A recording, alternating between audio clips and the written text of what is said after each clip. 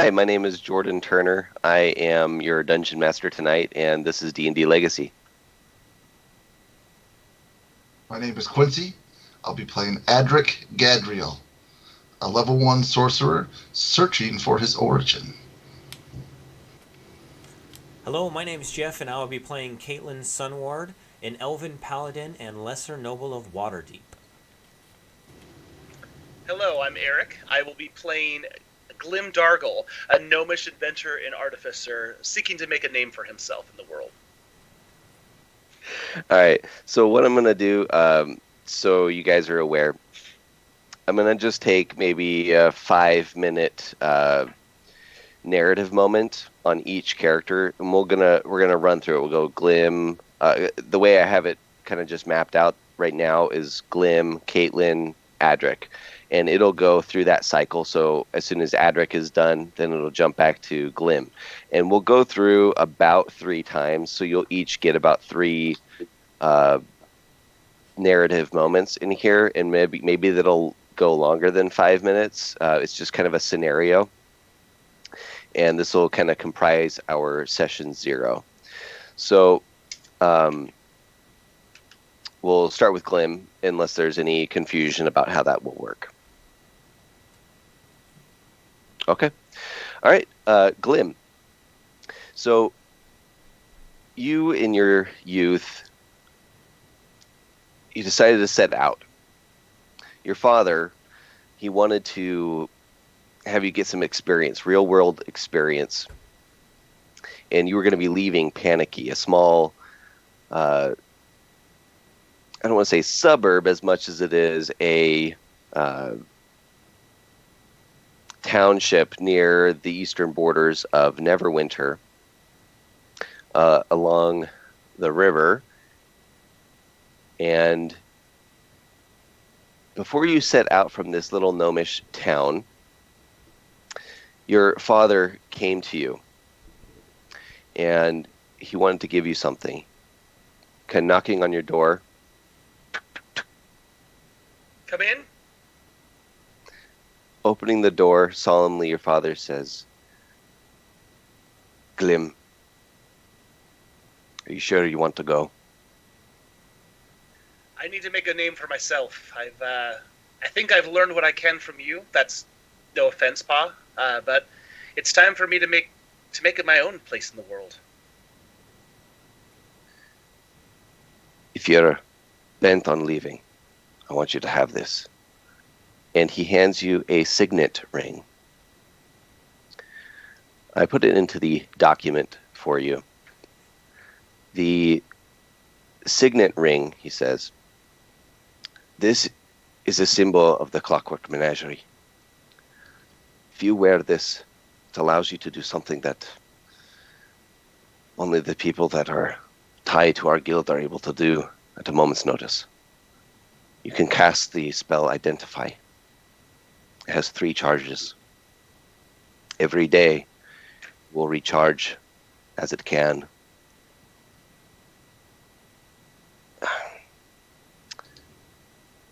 I don't know what to say, Glim. I wish this place was enough for you.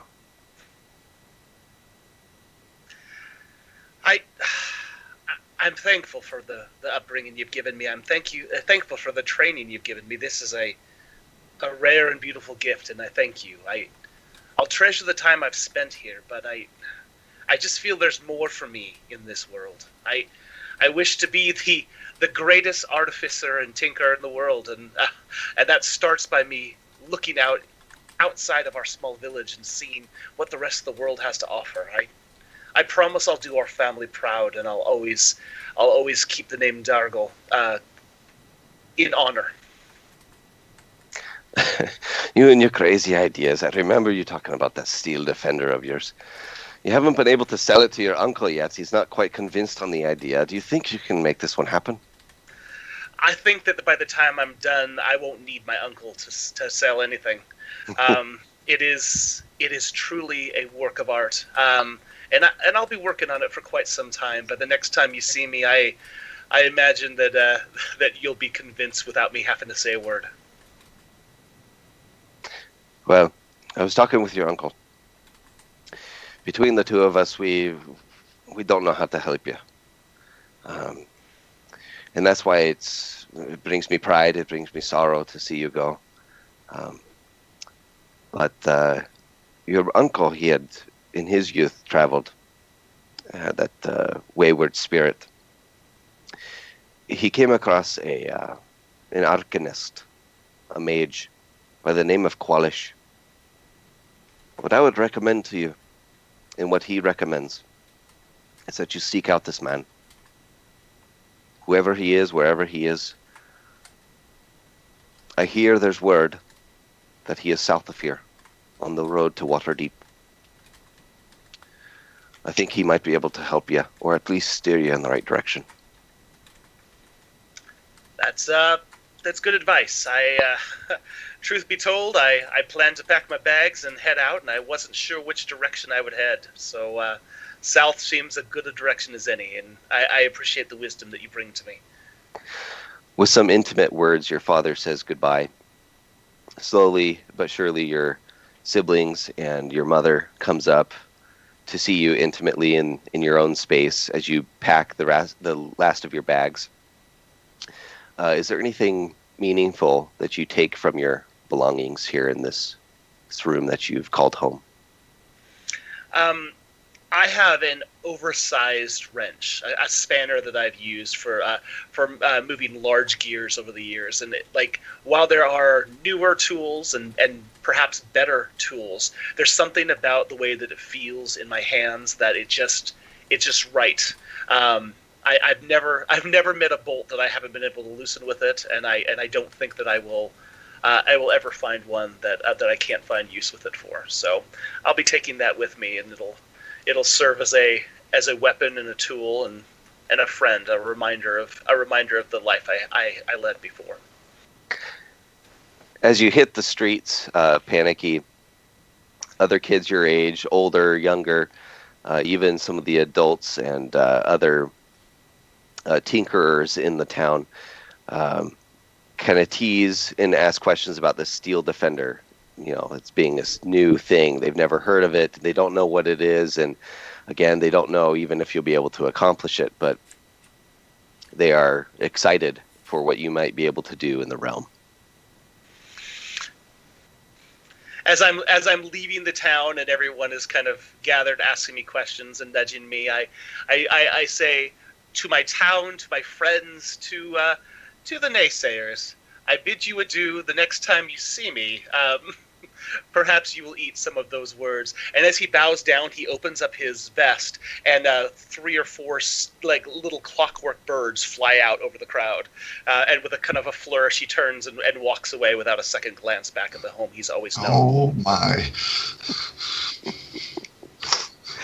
Okay, as you hit the road, you make your way west towards Neverwinter. Just kind of a fledgling settlement, penned the Jewel of the North. It has been ransacked multiple times by orc hordes.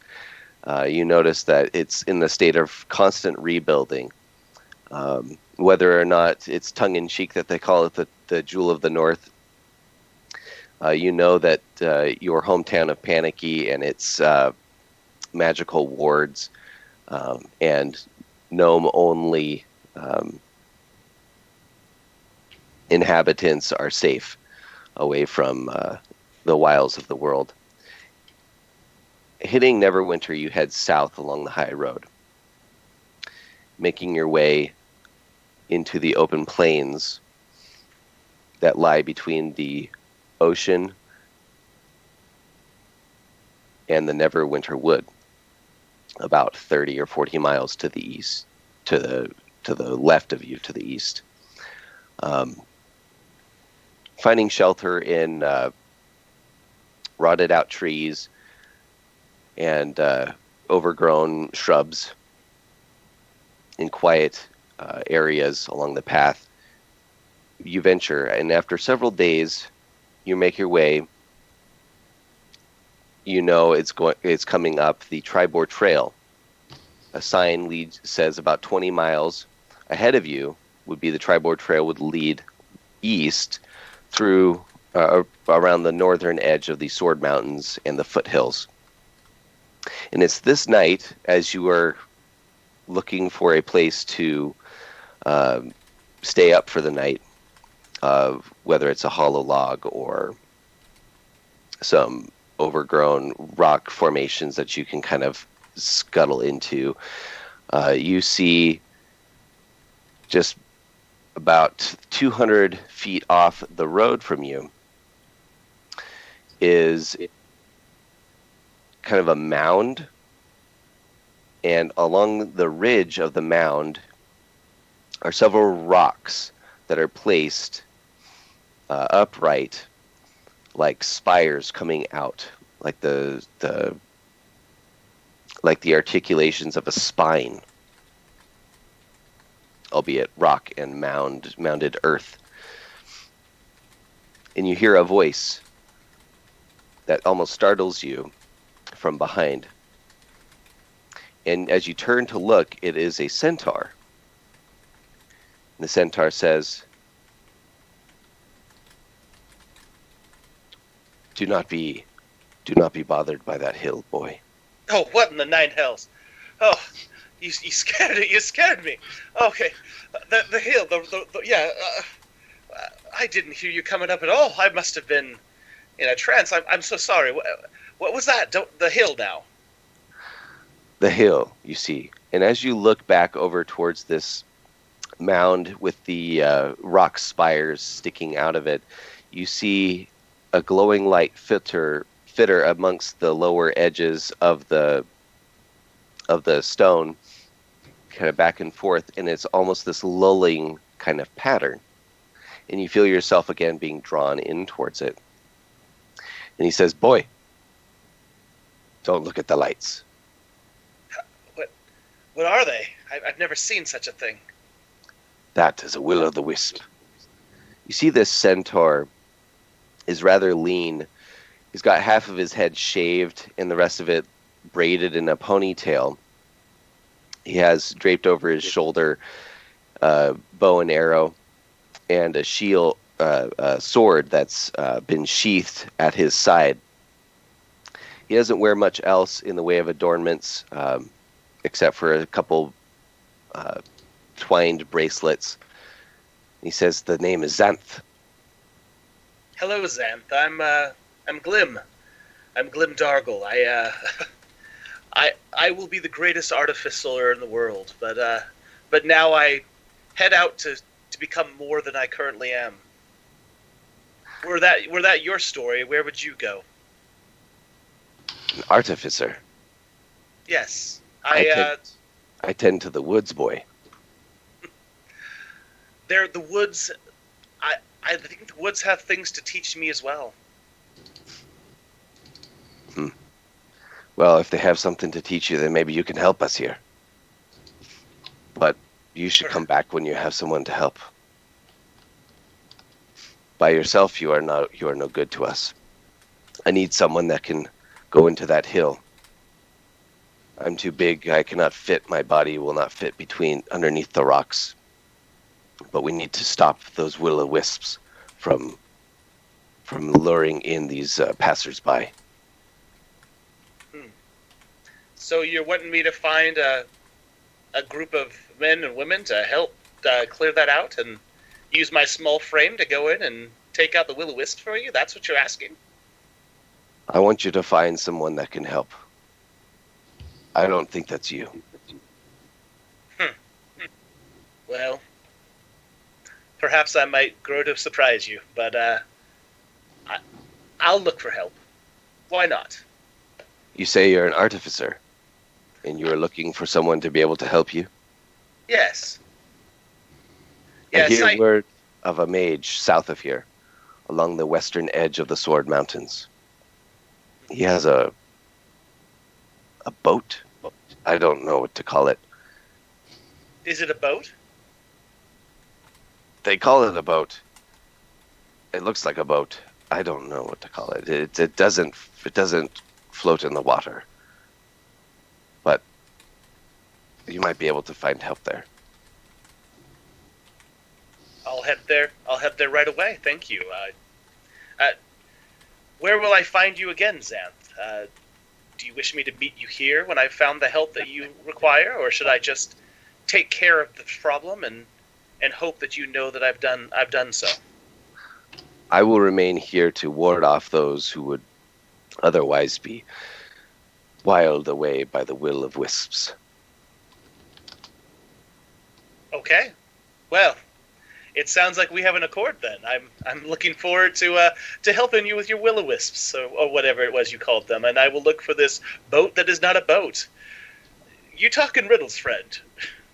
I'm a man of the wood. I don't know any of these things. Go, be gone, but do come back or send someone more suited to do the job. I You'll find me aptly suited. I will go get the help that you request. All right. And you continue your way south towards the edge of the Sword Coast Mountains, another 30 miles. It would take you maybe another day and a half to get there. Caitlin. Yes. So you find yourself at this particular moment in the upstairs of your Sunward estate on the northwestern edge of the Ardeep Forest. Recently, your father has passed, at least it feels recent. And again, for the first time in a long time, you find yourself back in your room of the estate. Things seem somewhat foreign. It's been, I don't know, months since you've been back here. In the meantime, you've been visiting the rest of the wood elves of the Ardeep Forest. What does it feel like to be home? It's pretty refreshing. Normally when I'm out, I'm running around on horseback a lot, and I'm out with the soldiers training a lot, kind of out with the other guys for the most part, so get to be back home and baby myself a little bit, have some nice wines, listen to some music. I have, a tenant. She babies me, helps, pick out my clothing for the day, helps, she takes care of my schedule, gets all of my meals prepared and everything, so I don't have to worry about anything, and it's nice. It's And that's nice just being the back one home. that's for you. You have one for your sister, your mother has several, and the household has many of these tenants. From your upstairs window, you hear a horse and rider come up the road quickly. And as you peer out the window, you see that the head butler of the house has come out to meet the rider and then called into the house for some other assistance, whether they are calling for someone. It's hard to tell at this moment. The sound is faded through the glass. Okay. Well, I'll start heading downstairs, but did I notice the rider? Like, did I see them? Were they wearing armor or were they wearing normal clothing, They traveler's clothes? they are a messenger, it would seem, and they travel light, just with leather armor, the basic shield on their back to protect against bows and arrows being launched from behind, but they do travel light. This, as you are making your way downstairs, you notice that the horse and rider has departed, being satcheled with a couple carriers of water and a couple rations of food by the butler for their time in service in directing and bringing this letter, it would seem, that is now in his hand, and he is calling for your mother. Nina, is that how you pronounce her name? Nina, yes.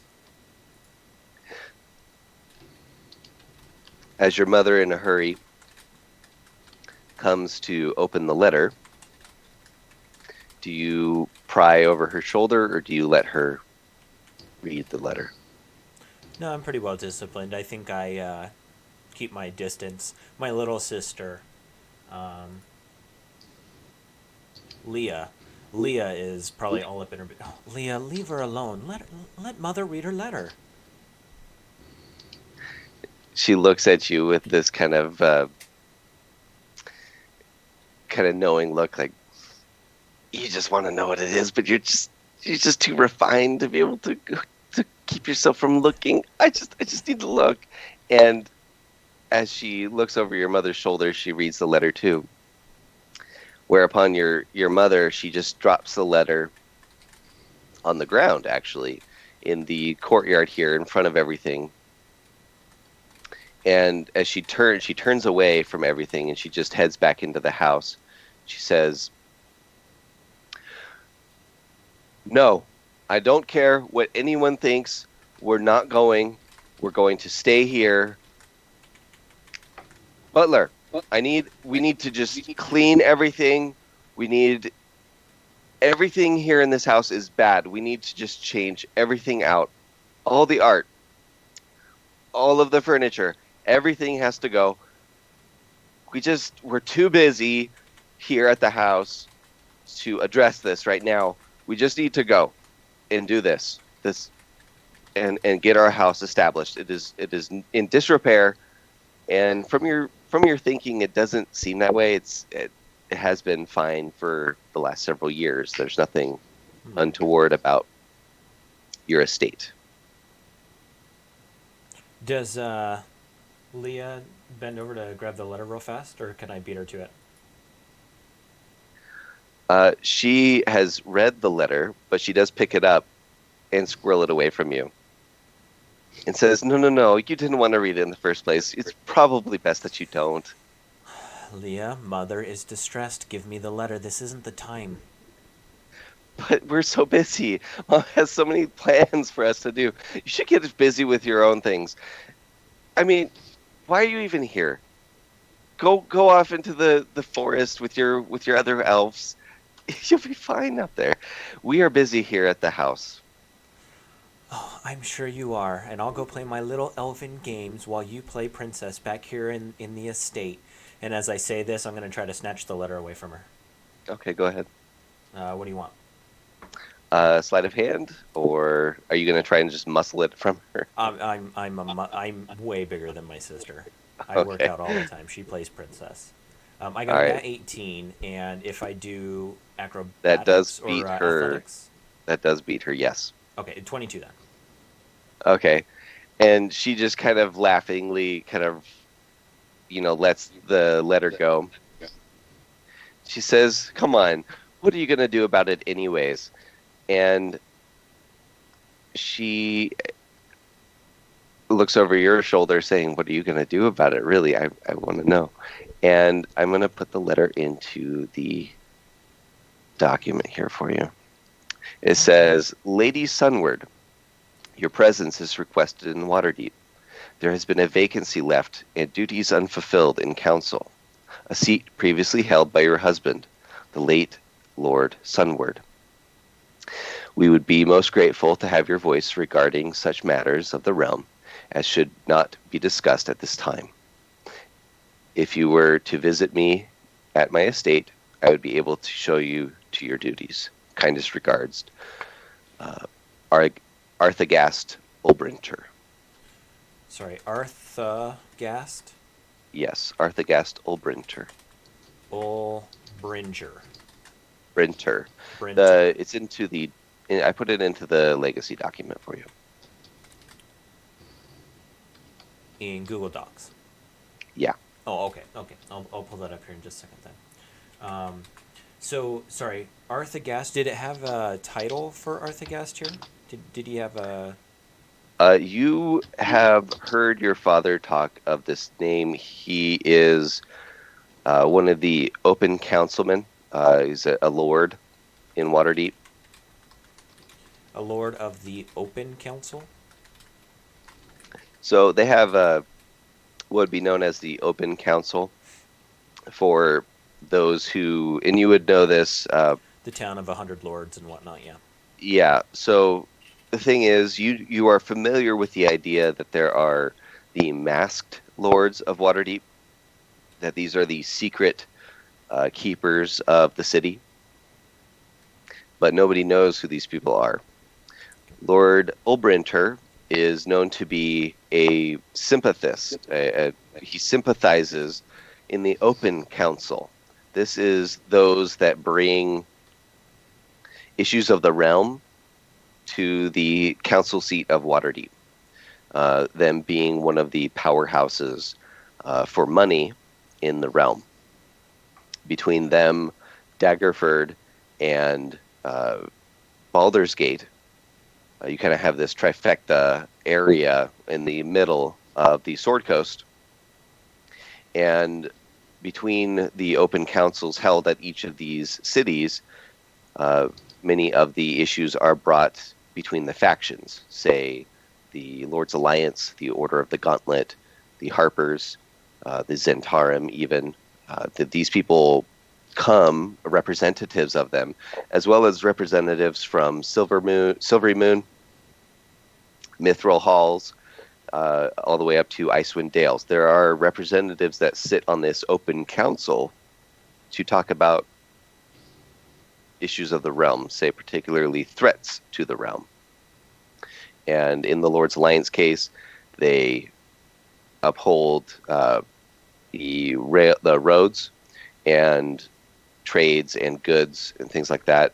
Order of the Gauntlet upholds the justice of the people. The Harpers kind of look out for the nefarious things going on. The Zents kind of are this mercenary group that can be relied upon when equitable to them.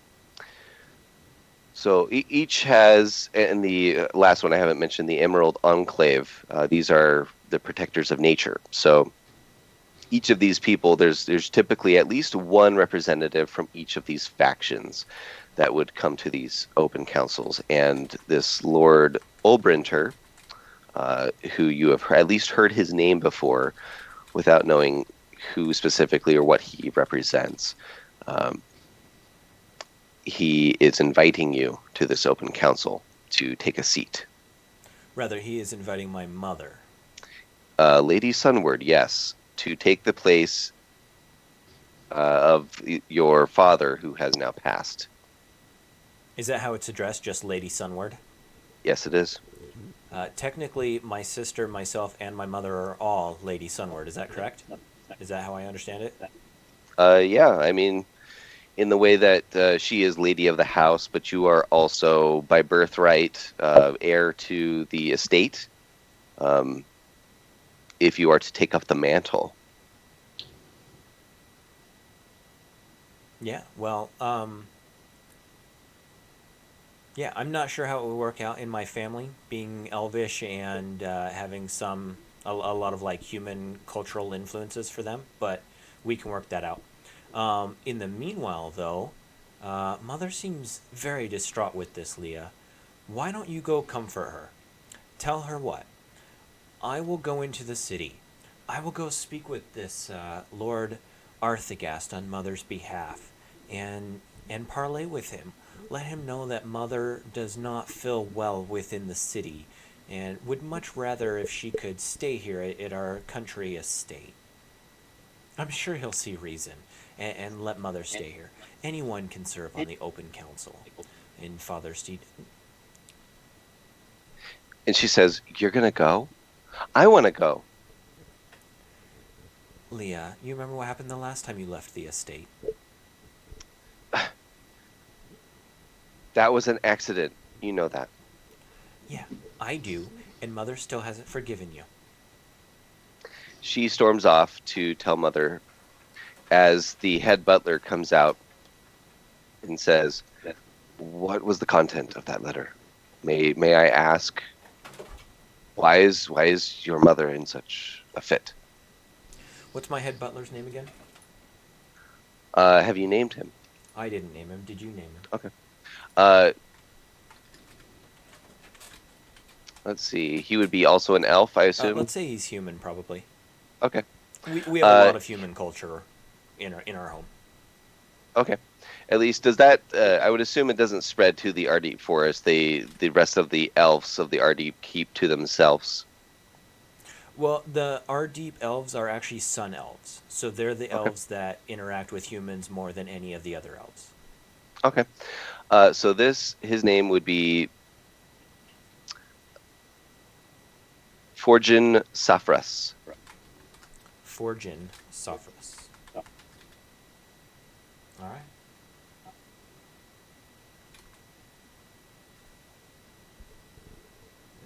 Oh, Forgin, you know how Mother is. She gets all weary whenever she has to leave the estate, and she's been asked to go back and take care of a few things in Father's stead. I think just having him brought up again has gotten to her. Why don't you assist Leah with taking care of Mother over the next few days? I'll be taking one of the horses into the city. And with that, I'll give him a pat on the cheek. And as he's kind of taking this in, uh, Lady Sunward mentioning to you, Lady Sunward is going to fill the seat of her father in Waterdeep. Yes. Okay. I will make arrangements, and he readies a horse to be able to take you to Waterdeep, as he also attends to the mental state of your mother. And we will leave it there for the moment. Adric, life has been a little, should we say, odd since you kind of woke up not really remembering things for the first, is that right? Yeah. In your quietest moments or direst moments, what do you see in your mind of your past?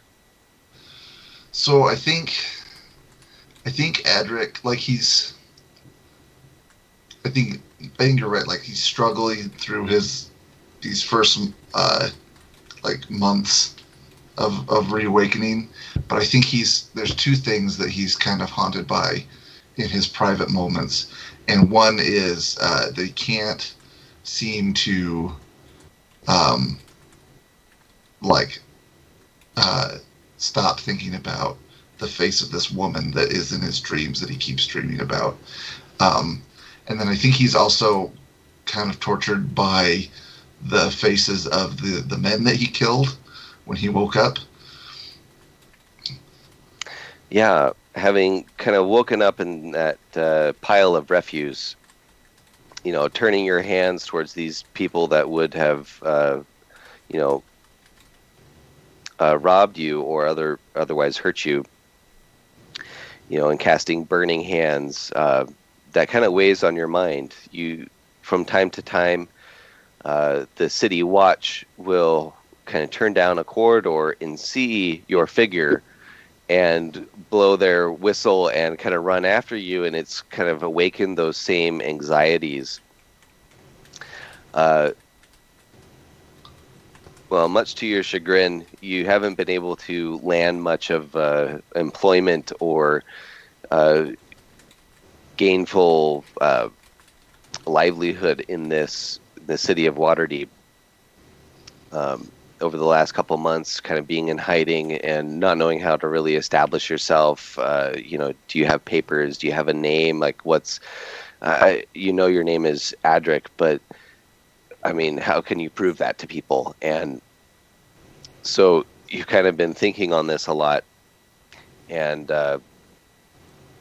one night, you fall asleep yet again in these piles of refuse in the less than reputable areas of Waterdeep.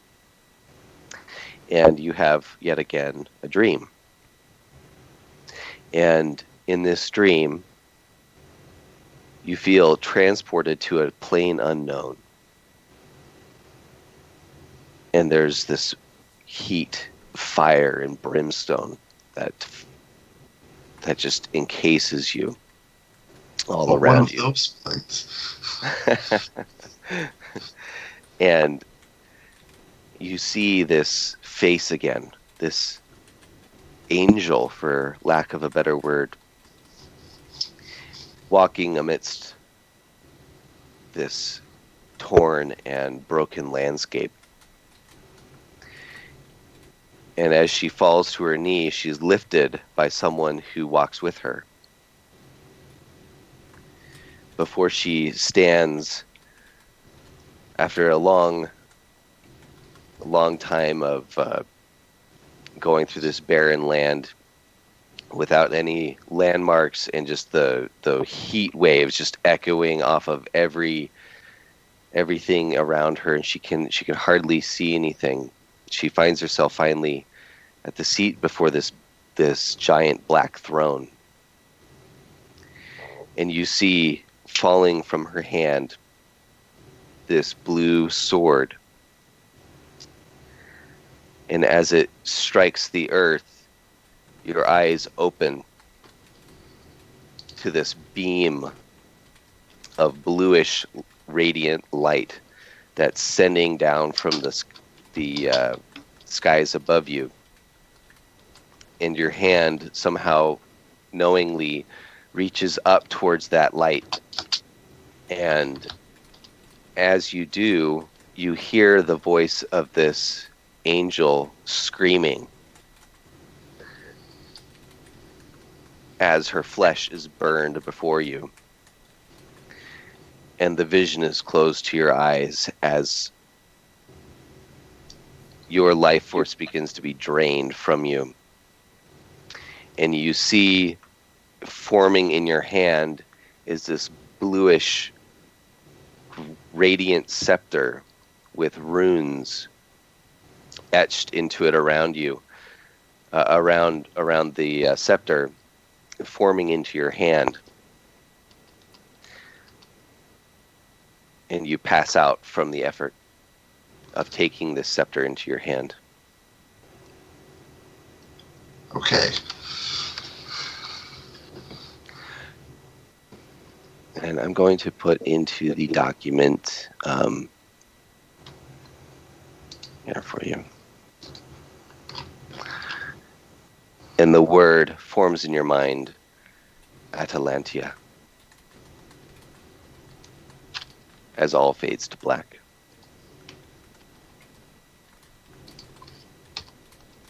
Glim.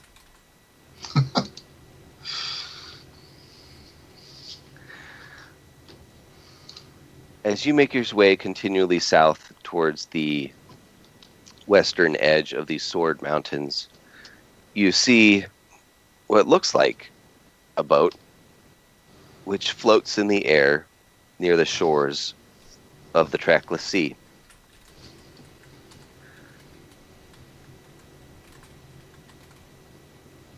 What do you do? I guess I would approach it. Is there like a drawbridge up to it, or do I just need to head towards it and shout up? There is a single kind of a piton or a spike that's been rammed into the ground with a rope around it, and the rope leads up to this kind of airship that's no more than about 15 feet off the ground currently. I guess that Glim would walk up right to where the piton is and kind of be out there and be like, "Permission to come aboard!" You hear a bunch of clanging and clinking and rummaging as leading out onto the deck of this airship is a old and spent wizard with frazzled hair, very sparse, who says, What is it?" This is quite the contraption you've made here. I'm sorry, I should introduce myself first. My name is Glim Dargle, and I am the greatest artificer the world has ever seen. They just haven't seen me yet. I was sent down here to meet you. I was wondering if I could come aboard.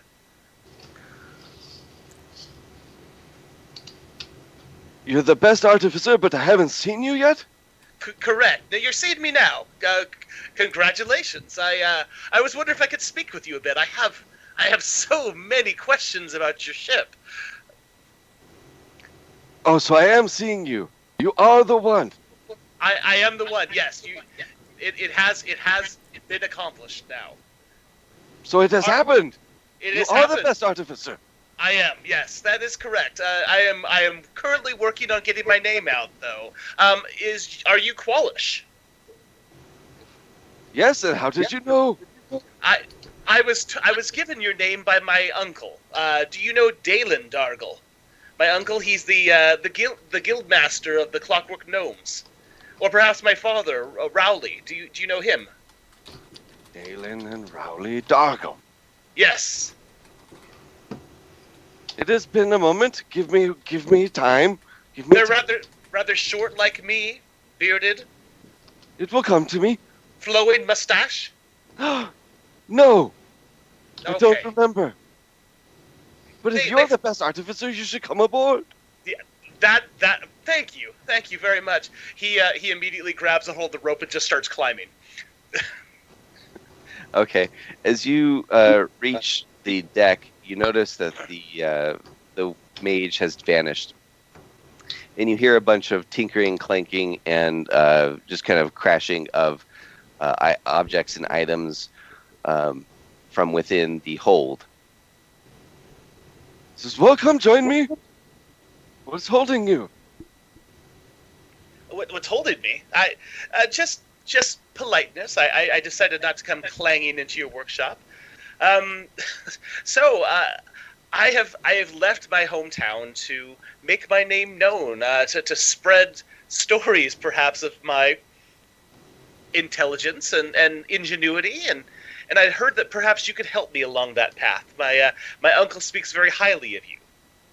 Yes, I don't remember him, but us tinkers and thinkers must stick together. This, Yeah, and he I feel taps, that way as well. and he taps at his ship. He says, "This is an airship." I was told by a centaur there was some sort of a boat down here, and that it wasn't really a boat. I thought that he was perhaps soft in the head, but it does turn out that, yes, this is not exactly a boat now, is it? How does this work? Like, how do you overcome gravity? It's fascinating. He It's says, not clockwork in nature. It must be magical. Yes and no. It is magic, but not this magic. Huh, Yes, not from here. not from here. Okay, interesting. I've dabbled with a little bit of magic myself. I've made some mistakes, we'll say, some mistakes, but some serendipitous ones. I was curious. What could you tell me to set me on a journey that will make me not only the best artificer in the world, but the most well-known best artificer in the world? Nothing. He turns around and he starts tinkering on things, and as you notice, you look around his hold here, where he's kind of set up a little arcanist laboratory. It would appear, and you see, amidst some very rudimentary, by your opinion, clockwork items, objects that would interact with humankind, or even interact with, in some way, with some type of arcane spell or arcane configuration. He seems rather rudimentary, according to your own styles. But the ship itself seems, like he said, not of this place. He seems a far traveler, someone that would have traveled maybe the plains. And you hear him mumbling. He says, "If only I had those crystals. Darn that Acererak." What crystals are you looking for? Oh boy, don't you mind? Just, you see the magic that keeps this thing going? This ship? No, but I'm sure you'll tell me about it. You can't see the magics?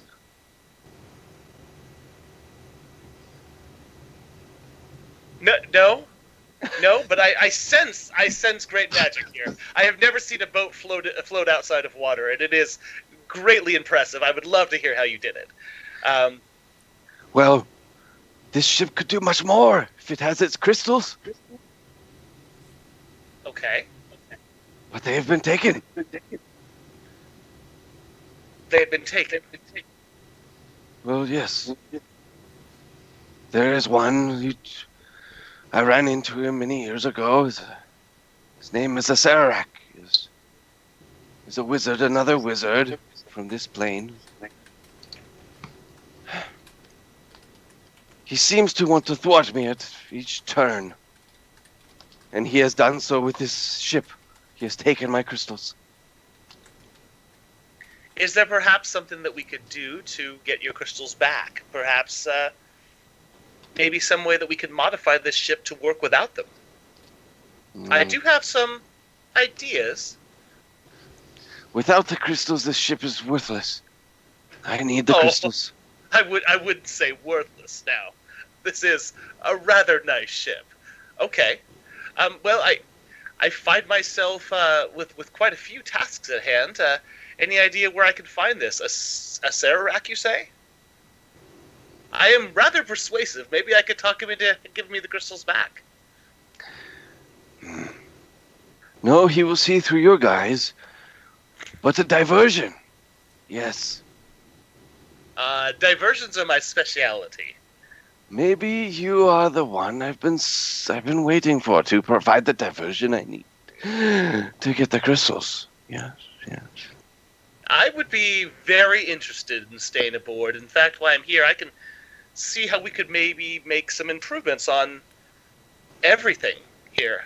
Literally everything here. I could help. I could be your assistant, maybe, and perhaps you could teach me what you know, and maybe I could teach you a few things as well. Like Well, I then said, it is, I am pretty then it good. is settled. You will help me provide the diversion I need to get the crystals. I like it. I like this plan a great deal. I did tell a centaur that I would help him get rid of some will-o-wisps. Or you don't happen to be good at, I don't know, will-o-wisp extermination, are you? Well, don't worry, they will be here when we come back. Okay, let's go. Oh, all right then, let's go.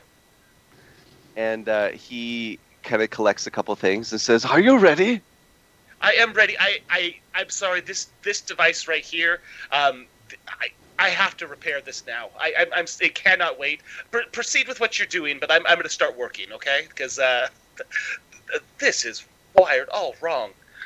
And he collects a couple things, drinks a couple potions, and then he gets ready to open or to take a long, thin metal rod that looks almost like a chime, and he takes it from his robe, and he says, "On the count of 3, we will tap it, and then we will go, and then you will provide the diversion." Wait. Yes. Wait. What? Do we tap it on 3? 3. Oh. All right.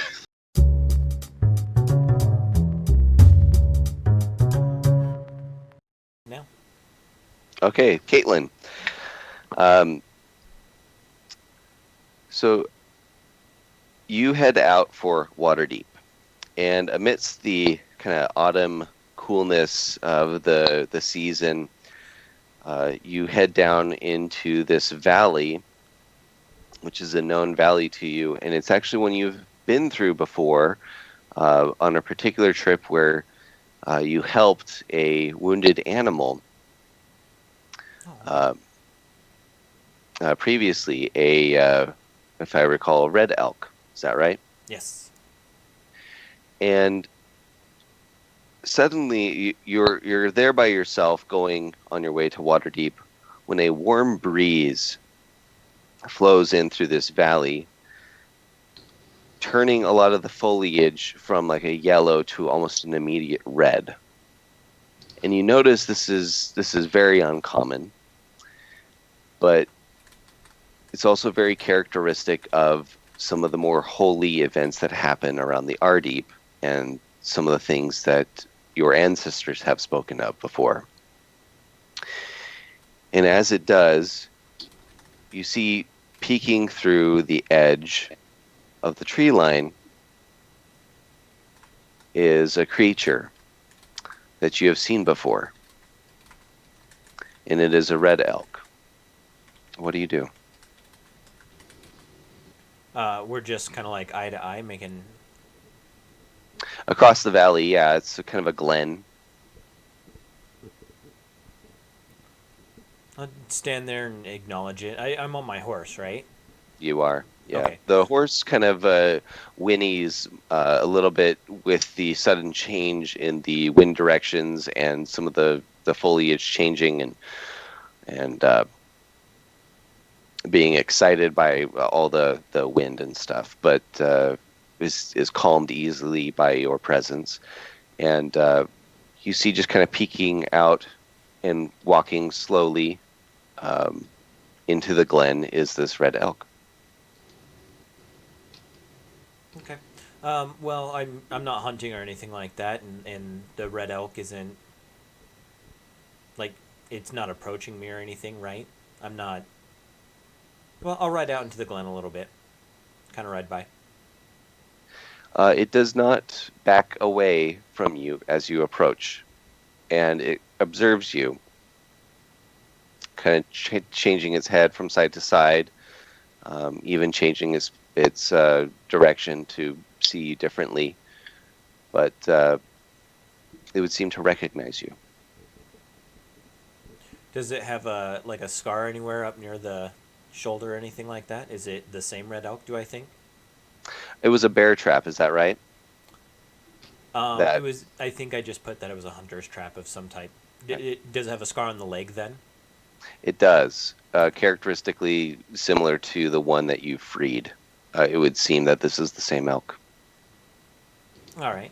I'll wave to it and get down off my horse and kind of approach it. Make for me an animal handling check. Okay, not very good at this. Let's see here. Oh, nat 20. That's good because I only have a +1. 21. Okay. The elk kind of prances in place before lowering its head towards you.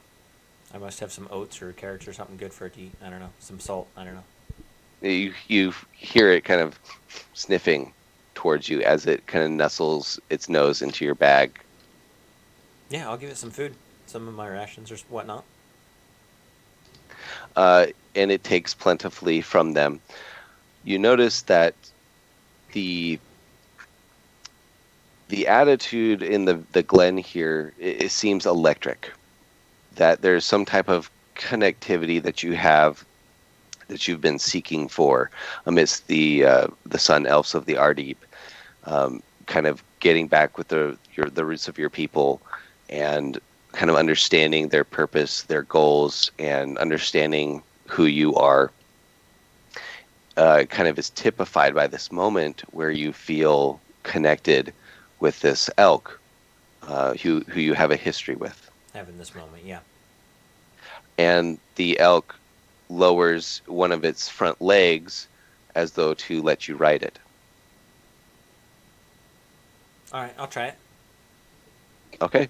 And with that same animal handling, like you're able to glide up onto the elk and masterfully command it, and it actually begins just taking off in its own direction up through the forest back out of the glen and up to a peak kind of that would look out west, the 30 or 40 miles that it would take to get to Waterdeep. And you can see kind of the haze of the city kind of sit out there, even though you can't see the city's too far for you to see at this point. And it kind of bucks its head a little bit, and it looks back at you. As if to go on.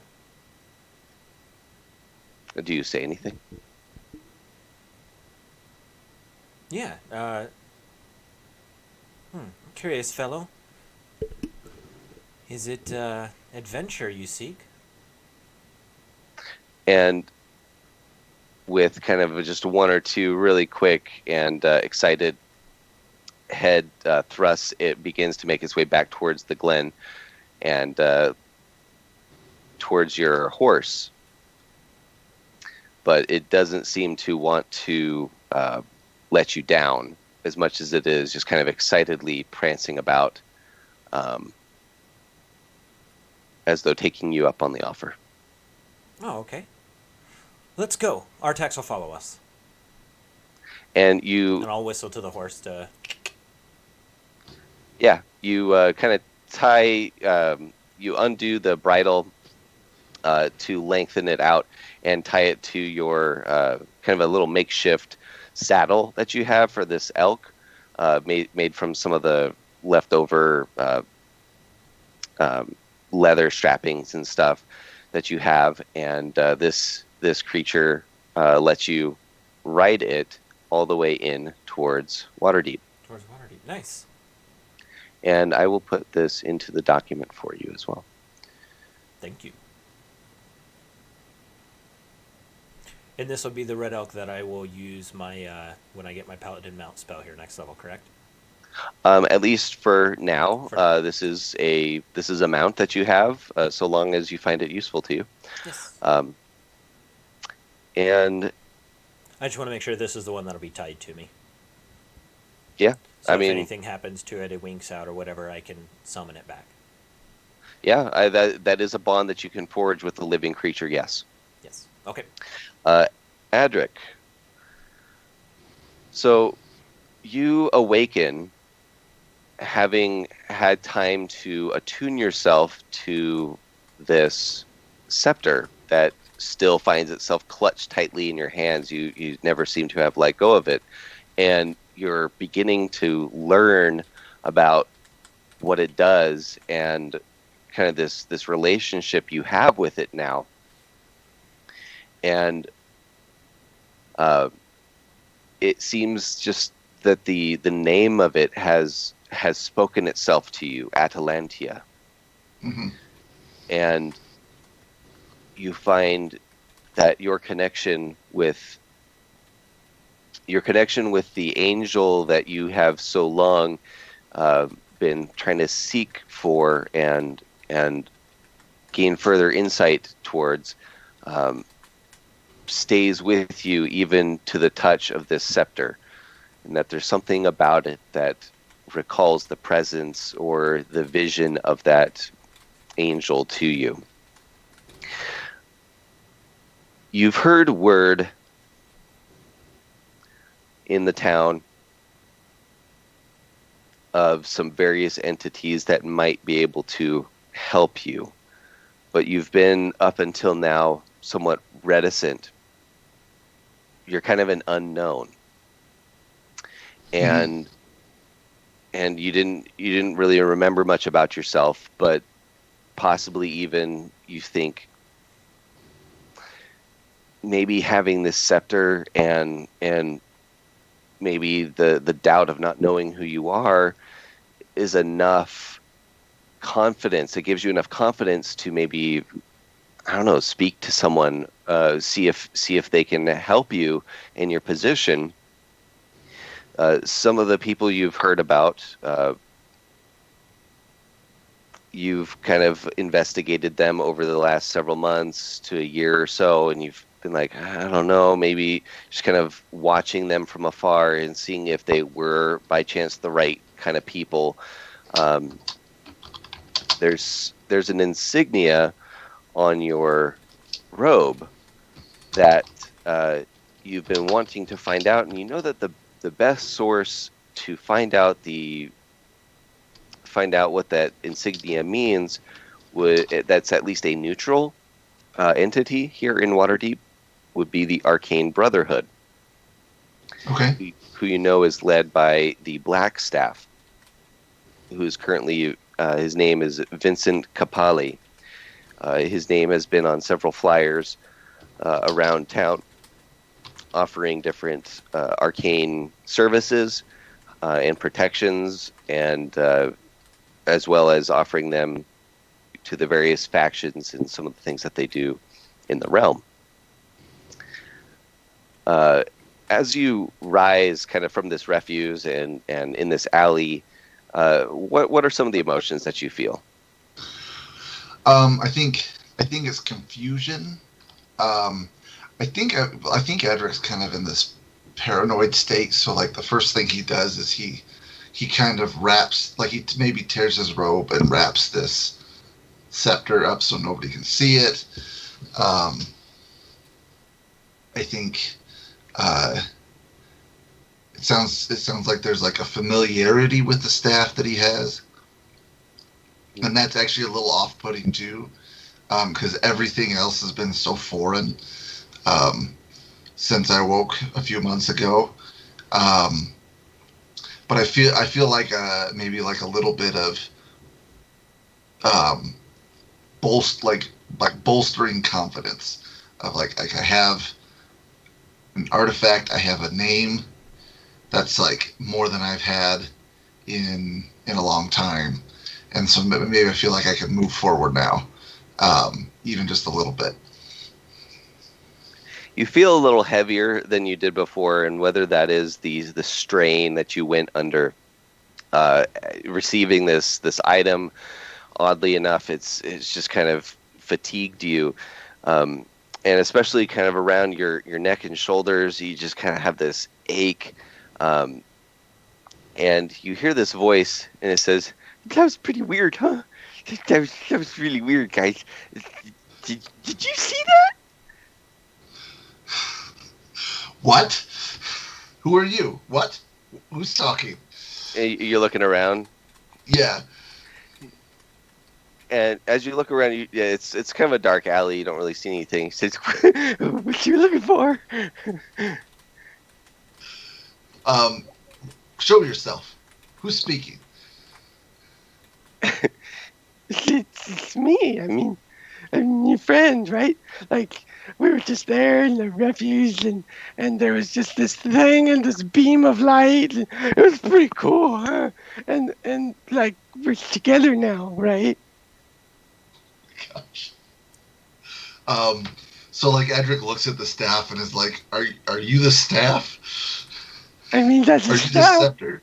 That's a staff, but that's not me. I mean, you know me, right? Like I could be your best buddy, you know. And as you're like, "What is this thing?" Uh, you're looking, and over the top of your robe is another robe, and it's this like regal blue thing that on the inside is like vibrant, rich crimson red, and you kind of looking towards the collar that's kind of popped on either side of you. Uh, Towards the popped collar, you see an eye in the fabric that's like sewn into the fabric and everything, but the eye turns and looks at you. He says, "Hey." Where did you come from? I What mean, are you? well, I mean, I'm a mimic, but I'm your buddy, right? We could be friends.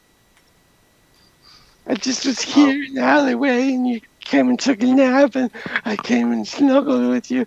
I've been to really bad places, but we could be friends, right? Uh, sure. You said you saw the scepter with in like blue light. I mean, yeah, didn't you? It's pretty cool. I don't know why that happened. I don't know why either. Yeah, Um, are you sure? I mean, I'd love to know why that happened. We were just there, maybe. laying there taking a nap, and you know, the beam of light just opened up, and boom, this thing kind of landed in your hand. Okay, well that's good to know. I saw something else, but um, Oh, cool, what'd you see? uh, it doesn't matter. So why are you a robe on my robe? I mean, well, th- that's okay, right? It might be. Well, but we're buddies.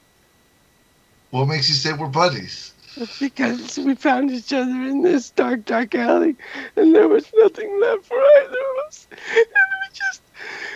we found each other, we snuggled, and it was the best ever. Okay, shh, shh, shh, shh. What's your name? Adric. My name's Gargula. We're gonna do a spelling on that. Yeah. I'm gonna need that one more time. I'm sorry, I don't want to interject here, but like I'm gonna need that just one more time, please. Summoner. That's right. Yeah. All Is right, that I'm hard to gonna call say? you. I'm gonna call you Phil. Phil. What's a Does that Phil? work? It's something I can pronounce. Okay, I'm Phil. Okay, Phil, we're gonna figure out why this staff came to me, and you're gonna be real quiet while we do it, okay? I'm gonna be real quiet. We're gonna go find out why this cool staff just showed up in your hand, and it's gonna be the best thing ever. And as you're walking down the road, this cloak begins to tell you about itself and all of its cool abilities, and you're like, shh, quiet. As it's just kind of openly like, Oh yeah, sure guys, yeah, no problem. We'll just be really quiet and we'll just talk about what we can do and all the cool things. and he tells you everything that he likes and about all the cool things that are happening around you as you're walking down the street in Waterdeep. And you make your way towards the Arcane Brotherhood. Okay. Glim.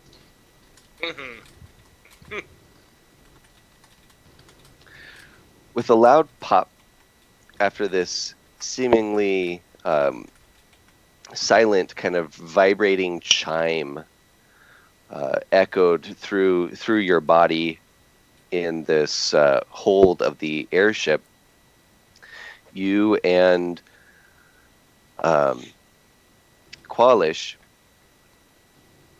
exit out of this kind of little portal that sucked you in towards a vast open kind of a desolate area, and you can see that there are several flying kind of creatures that look like bugs that are up in the air, and they're over the top of what look like these mounds that are being pushed and formed and excavated. And you see in front of you, in one of the mounds, is a tunnel leading into the earth. And all around this area is all this commotion. You have these big, giant, kind of skeletoid beings pulling carts of rock and material, and they're bringing them into the opening of this tunnel. You see kind of these slave drivers with whips off to the side, making all these other people pull these obelisks and giant art pieces on slabs, rolling them on logs. And as they, roll forward, they would grab the log at the back and bring it around, and then bring it to the front, and then roll the slab further up. And they all seem to be congregating and moving and doing things around this this collection of mounds in the earth. And at the center, you see this giant tunnel burrowed into the sand and debris as it delves into the earth. And Qualish grabs you. Is everything made out of bones, or just the giant things pulling? No, just the giant skeletons that look like minotaurs that are pulling these wagons, and then you have these like bug-like creatures up in the sky, pointing at things and calling out orders. It would appear, and then flying down and directing other things going on closer to the ground. And you see a person, is a human, though rather ancient looking, with a giant tome. It's kind of this old ledger looking thing, and they're making notes, and they're writing things in there, and they're scratching some things off. And floating beside them is a inkwell, and they're dipping their quill into it, and they're writing and speaking quietly to some of the kind of these undead-looking, like zombie-ish creatures, speaking to them, and then they run into the tunnels. And Qualish grabs you by the scruff and says, Don't make eye contact with anyone. All right then. What kind of a distraction are we talking about here? I am a wonder, but like I had very little time to prepare for this. This is there's a lot of what in the nine hells are these things? Don't worry about it. Do you see the one there? The old mage with the quill and the ledger. The one surrounded by all the rotting, scary-looking things? Yes, I see him. That was what's a good friend of mine, a Sararak. Okay. And you want me to distract him here with all these bugs around and various things? I mean, I'll do it, but I mean, he is a powerful mage. You think you can do it? I could come up with something. What did you have in mind? Where are the crystals that you need? A Sararak, long time ago, took one of my airships. I had found this thing that had been an interplanar traveling device. It had these crystals in it, and I used some of their crystals to power the current airship that I have, but the power inside of them is diminished. Sararak, he took my previous airship, the interplanar dimension traveling ship, the one that I love so much. Right. Yeah. Where is that now? Is it here? Is it in the hole? It's not in the hole, is it? I mean, you see what he's doing, don't you?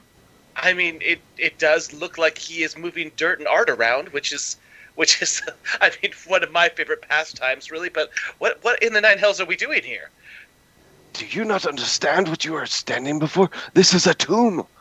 This will be his final resting place. This, inside there, is going to have his most prized possessions. Okay, so you're thinking the airship is inside or the crystals are inside? I mean, it must. Where else could it be? I've heard of him building this thing for the last 50 years. So we're going to sneak in and get the crystals? Or you're going to sneak in and get the crystals and I'm going to distract him while you do that? Yes. Okay. Sounds like a plan, doesn't it? It does sound like a plan. Yes. Okay. So he's building a tomb. I understand. My father also paid for his grave plot ahead of time, so I have some experience in this, I suppose. Okay.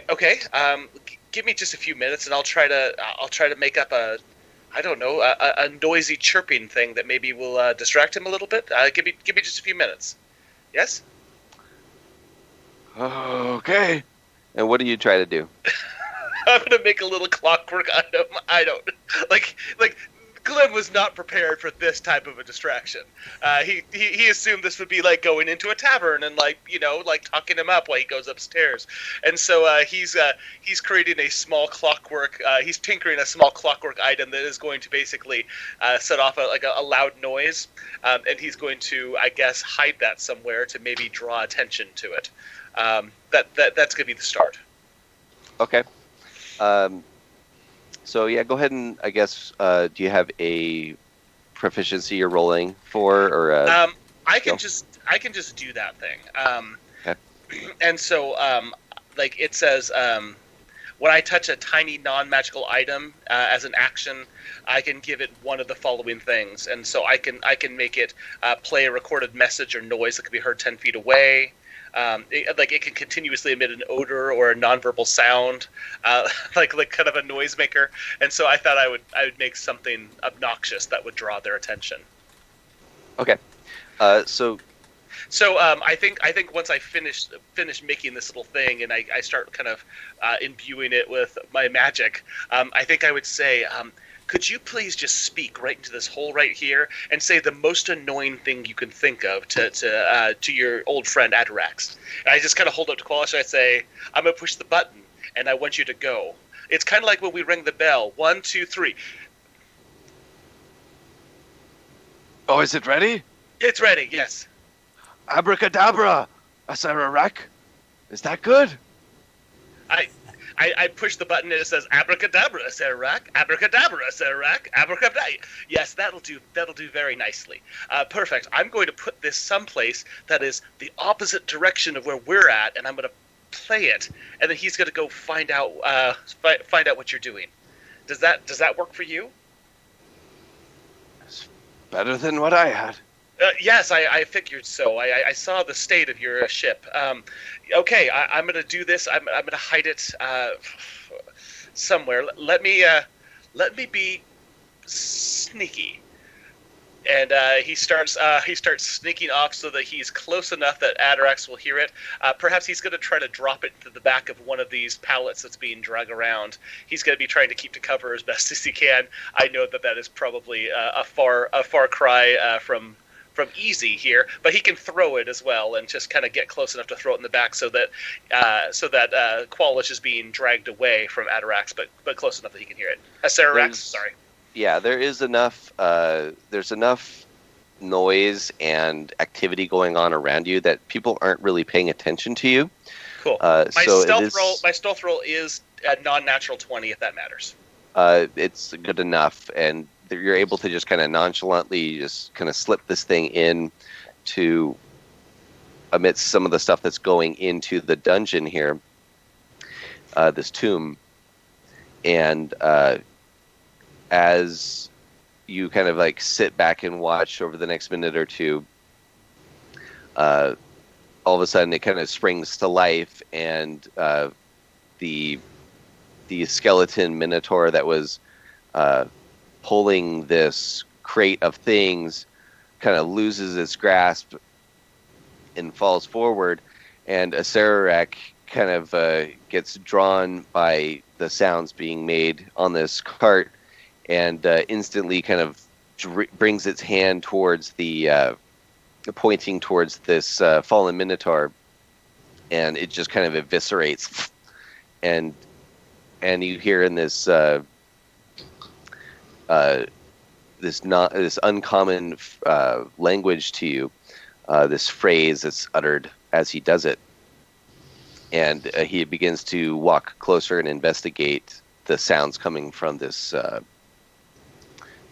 wagon of goods.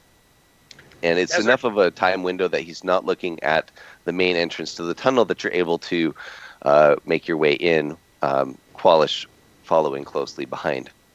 Okay. And he says, I don't know the layout of this thing, but it would be best if we were swift. Yeah, can you do something magical? And he kind of wrings his pockets, and he says, like what? I mean, like, I don't know. Don't touch anything. Let's not touch anything. You don't happen to have a 10-foot pole, do you? He says, always. And he pulls out from this like bag of holding, just kind of poop, poop, poop, poop, poop, 10-foot pole. He goes, start tapping, but quickly. Go, go, go. You find yourself going down a red tiled hallway with a whole bunch of glyphs and figures drawn into the wall on the side of it, and kind of through the path of red tiles on the floor is a path of white tiles, and it's kind of leading in a serpentine manner across the floor, deeper into this particular hallway. And you find yourselves going down there lost for several minutes, from one cavern to the next, as big, burly, gorilla-looking things with red beady eyes that stand about 8 feet, 9 feet tall, just kind of walking through the hallway, kind of gruffly short at you, and move to the side, letting you pass, and then kind of continuing on their way. Okay. So they're letting us pass. That they don't care that we're there. There's enough movement and things going on around this place that it would seem that they don't run the show, and so they're not asking questions. Hey, pick something up and look like you're carrying things. And you make your way deeper and deeper in this kind of nonsensical directions till you find a cavern, kind of a natural cavern that is lit up with a whole bunch of starlights, kind of glistening looking things on kind of in this dome above you and around you. And at the far end of it is a metallic airship, not of any make that would be similar, that's similar to the one that Qualish was in over by the trackless sea, but one of a different make. And he points out to you, he says, "That is the ship. That used to be my laboratory." Excellent. If we get on that ship, can you use the ship to get out of here? That would put a very big target on our back. I mean, there's already very large creatures tromping around with red eyes. They have red eyes, Qualish. We need to get out of here. Target or not, we gotta go. Do you want to just sneak out here with the crystals and leave an inoperable airship? That would work as well. Well, I will stand watch. You see what you can find for us. I mean, this is your plan. This is your plan. I showed up. I'm the distraction. You're allegedly the brains of this operation. I'm the brains? I don't know. It felt right at the moment, and now it hurts my ears to even hear it. Okay, so I'm gonna. Okay, you stay here and do something magical, and I'm going to quietly magical, and I'm going to go and see what I can figure out. So don't take illusions. I can do an illusion. There it is. Yes, that's the thing. Do an illusion, but like an illusion that doesn't draw attention to me. As I'm getting on this ship, inside this tomb, surrounded by all kinds of nightmarish creatures. You can get us out of here, right? Yes. That was the a hesitation. Yes. That was hesitation.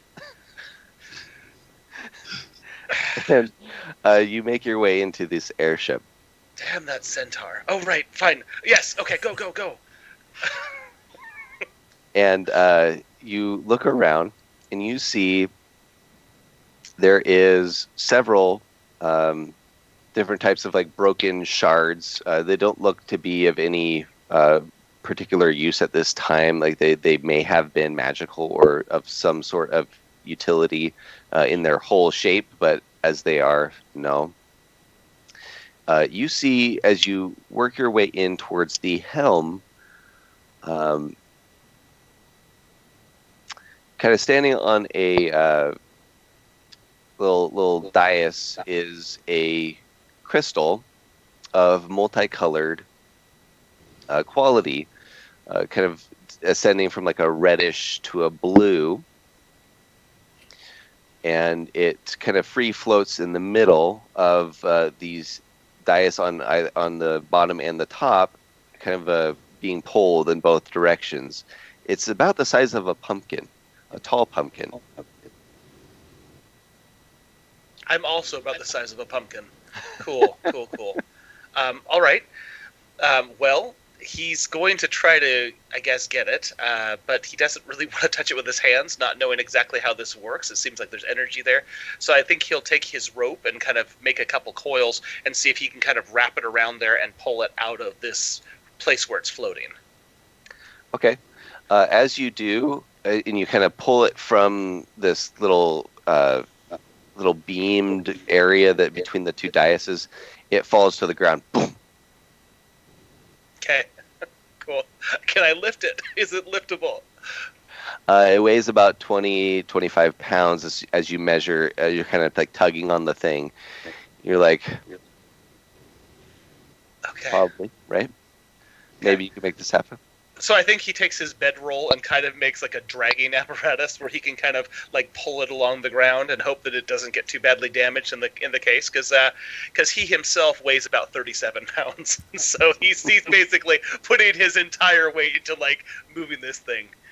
Like in fact, as he's getting a little closer to the edge, he goes ahead and casts grease on the ground to make it a little slippery, and he actually slides down like the gangway essentially on the crystal, like kind of trying to ride it like a sled down to the bottom, the whole way wildly looking around for Qualish. Okay. So Qualish is about 15 feet from the landing, and he's kind of waving his hands in the air, kind of back and forth. And you see this kind of a mystical barrier that's put up. It's kind of foggy from this side of it, but it looks like it's projecting this image of the ship, the same ship that you're in right now, but obviously masking you and Qualish's presence.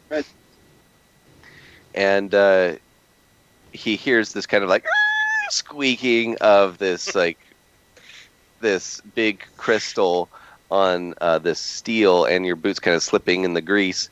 And he says, "Did you find the clear ones?" What? The clear ones. Those are the ones that power the ships. What about this red and blue one? It's like the size of a pumpkin.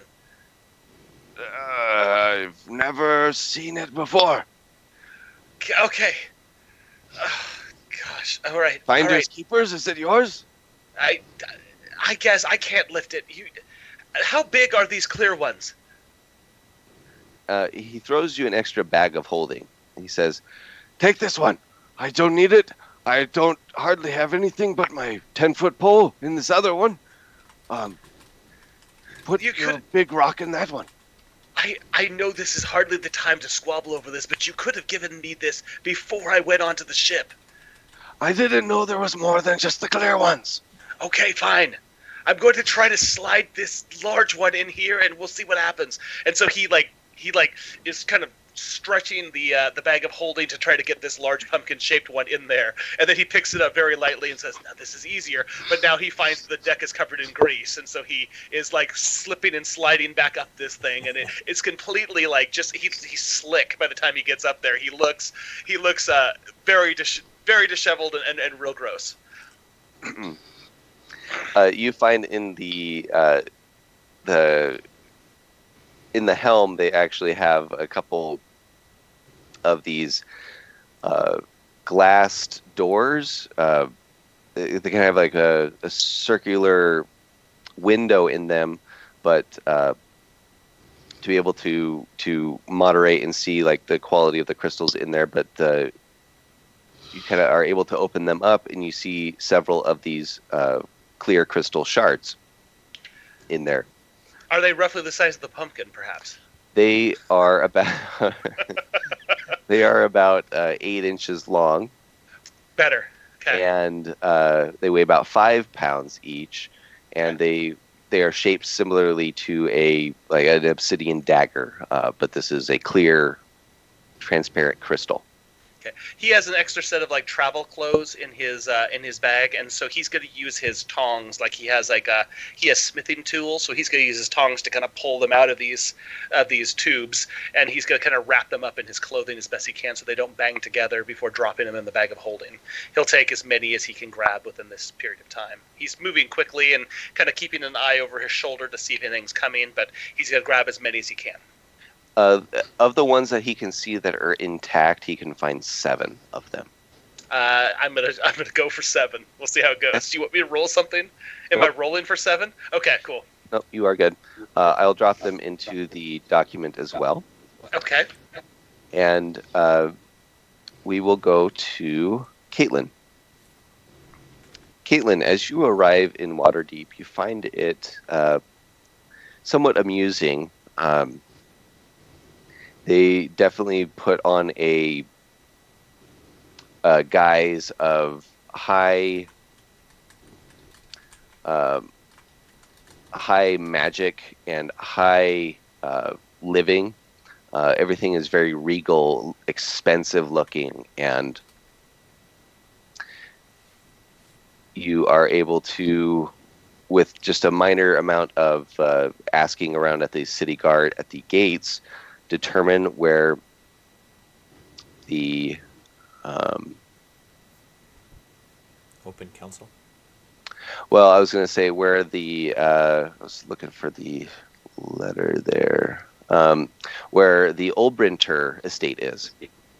Oh, It is in the North District, kind of a newer money. These are some of the regal houses that are out of the slums. You coming from like the southeast entrance, you make your way through the workers' ward where they have a lot of the utility-based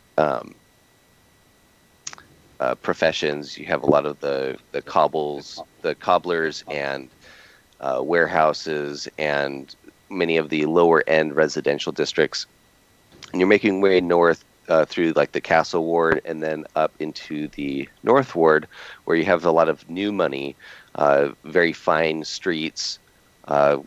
Cobblestones are new; they're close together. They're very even, and in this area, you have an estate that comes up that you're able to find not far from the central area where the castle ward is. Just off of it, on the northern end, is the Olbrinter estate. is the Red Elk, is it handling the city fine? It is. You can see that it's somewhat tentative, but it follows your lead.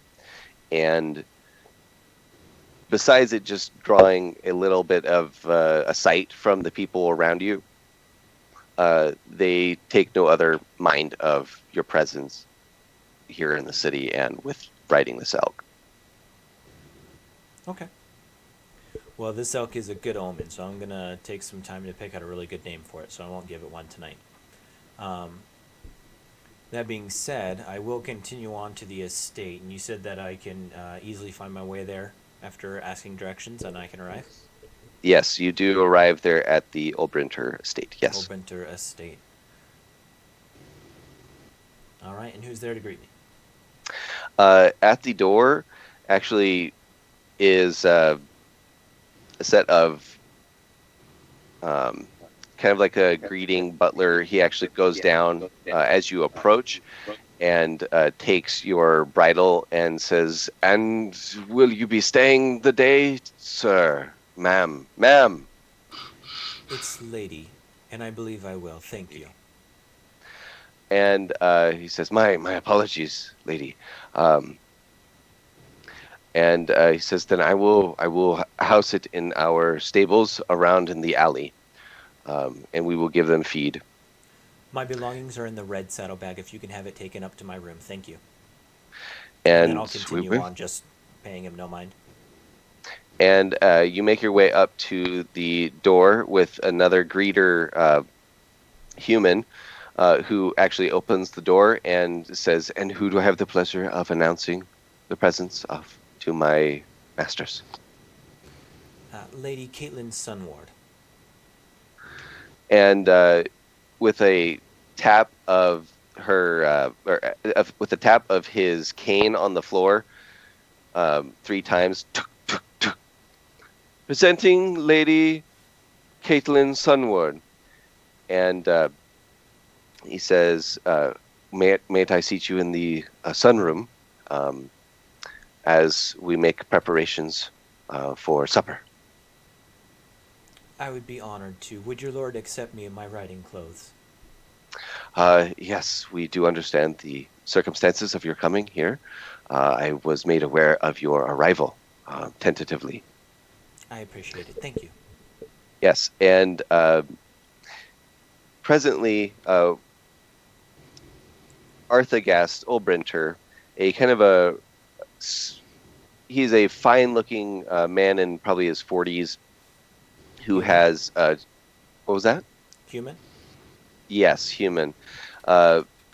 comes down the stairs and greets you warmly in the room, calling for his wife as he passes through the entryway. You see that he has maybe a week or two's worth of beard on his face, but he wears it well. He's still very clean and presentable. And he says, This is Lady Sunward, yes?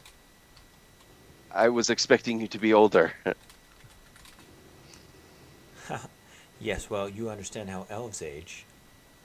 No, Yes, no. yes. My mother is also Lady Sunward, but I am eldest of my father's daughters, and I have come in his stead. The lady of the house was unable to fill the seat, then I assume. Yes, yes. She is taken to some duties around the house and is unable to attend, unfortunately.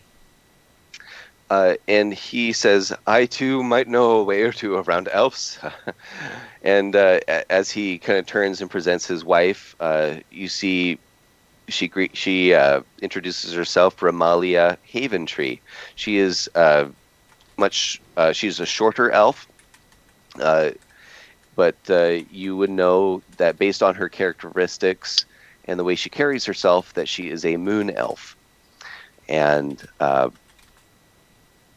that she is and she introduces herself saying, Caitlin Sunward, I presume.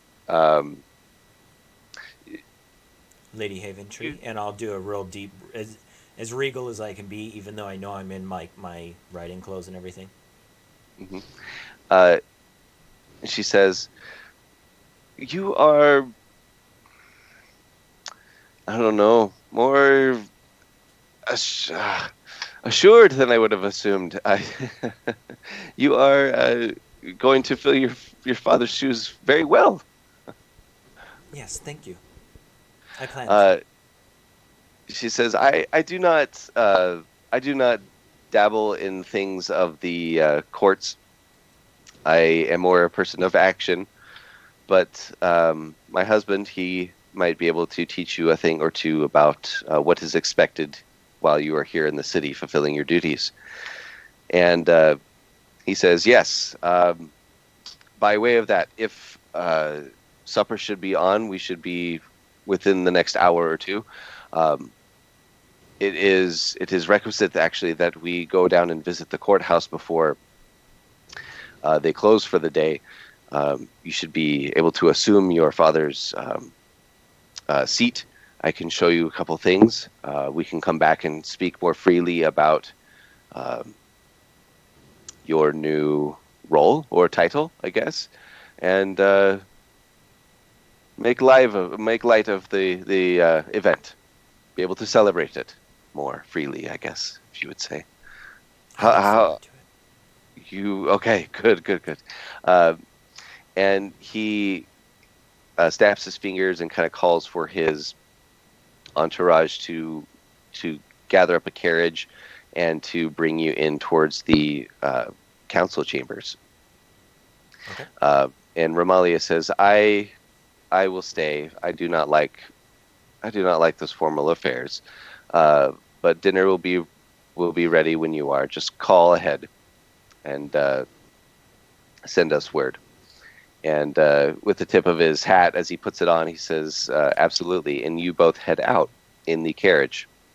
You Okay. make your way down no more than about 15 minutes back southward towards the castle of Waterdeep. And just in front of the castle, where there's a large courtyard, they have a dome-shaped um, kind of a hall where the council takes place.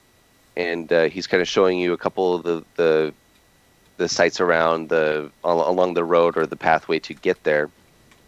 And as you arrive, he ushers you in through a side door. He says, "This is for the lords, so we can avoid all of the clamor at the front entrance." And he kind of waves a signet ring over this door that has no handle on it, and it pops open, and the two of you are able to make your way in.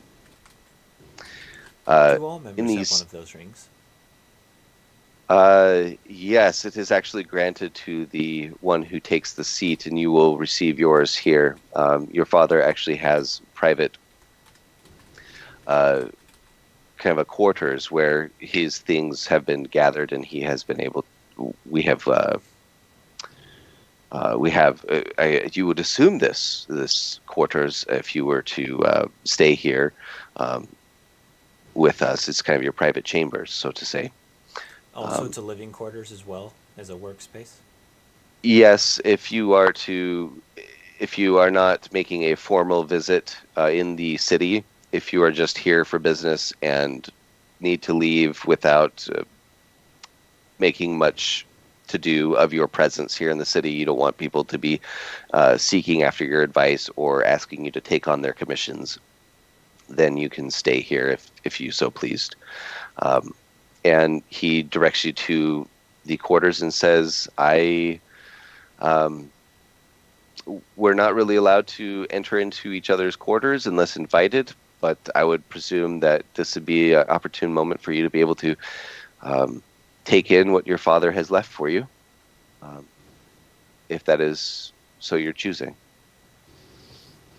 Yes, thank you. And he says, I will be down at the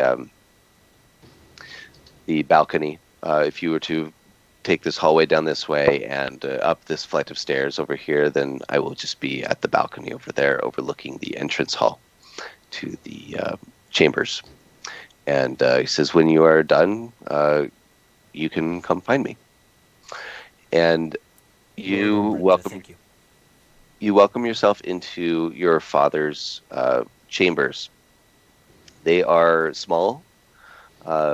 However, off to the side, you see in kind of a cubby, and on a hook, you see this. There's a robe there, and on a cubby just above it is what looks like an amulet with a chain. It looked like it would go around your neck, and sitting next to it on top, or sitting next to it on that cubby shelf, is kind of is like a helm. It would appear to be a helm. Helmet. Sorry, helmet? Yeah, it would be like a helm. Not a semi-open face helmet. Yeah. Open face helmet. Okay. All right, I'll take down the amulet and inspect it.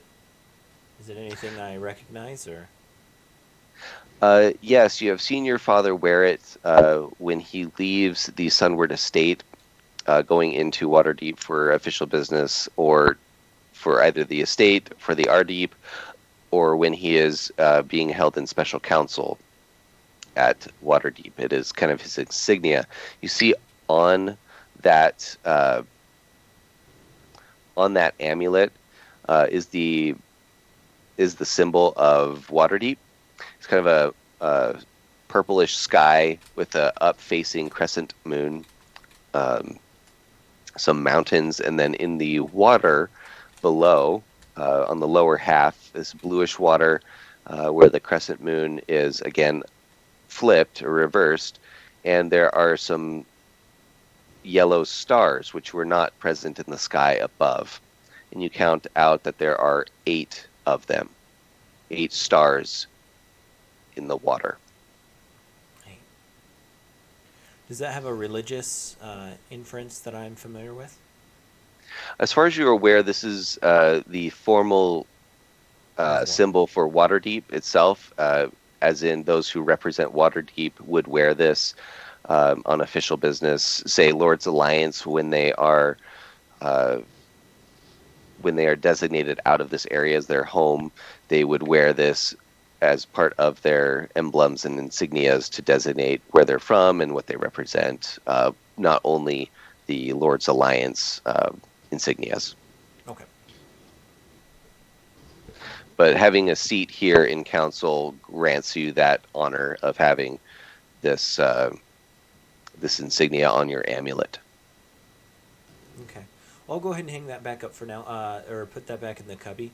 The robe, is it anything special, or is it like every member, like a senator's robes, like every member of this chamber wears this style of robe?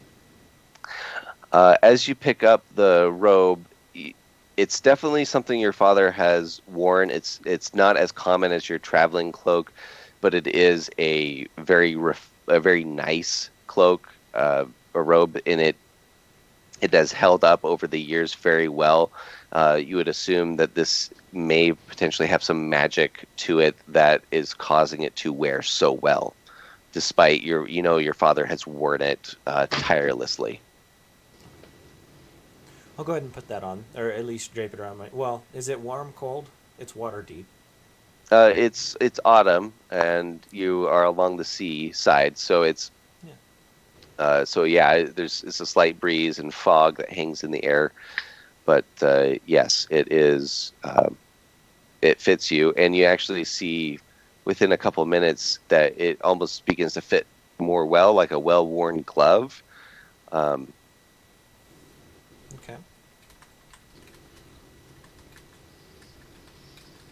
And there's also the helm. Now, the helm itself is like a 3/4 face. It kind of comes down the middle and has great visibility to it, but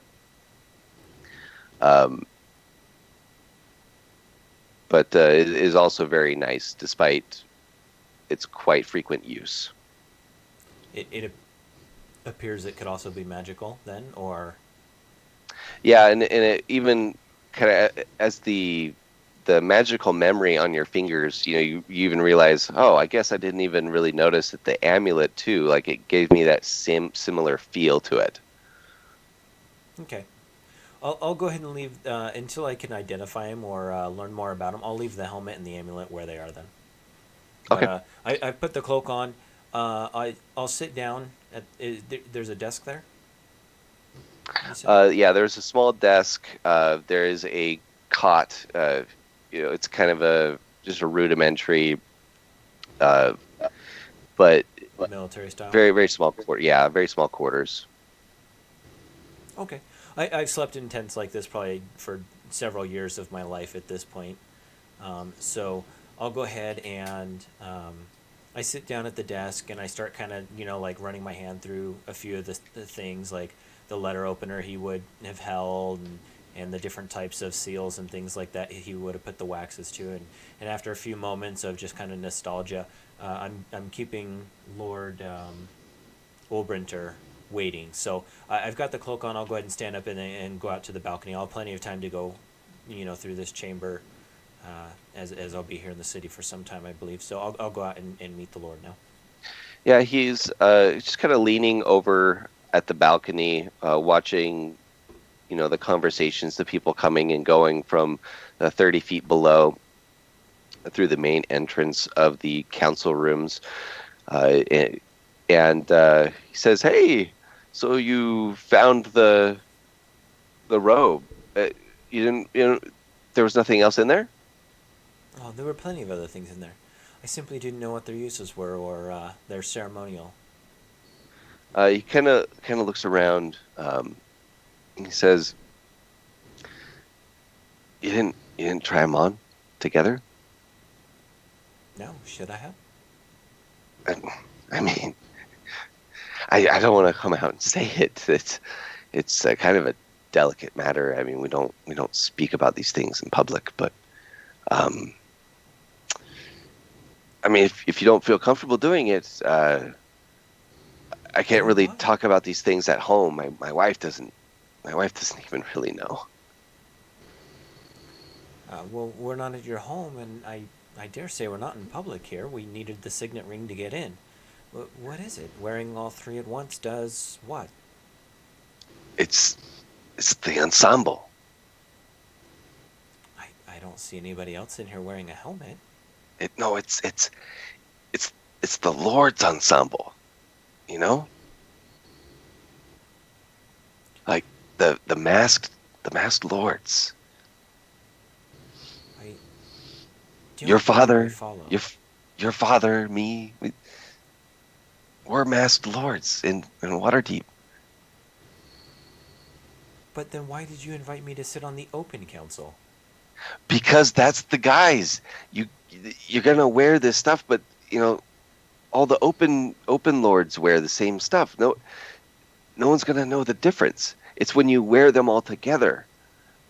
You attune to it. You gotta attune to this thing, and it's like it's hard to explain magic. I mean, are you familiar with magic? I've dabbled some, but my tutors admit my skull is thicker than most. Okay, I mean, maybe just go put it on. I think you'll have something to learn. Perhaps the experience will speak volumes for itself then. Yes, my lord, I will do as you say then. And I'll go back to the room and put on the amulet and then the helmet. Okay, so you kind of feel Doofy just kind of like standing there for a couple minutes, like, okay, Jump in so I'm front of the wearing mirror. all three of them. It's like you're wearing your father's stuff, just blah, blah, blah.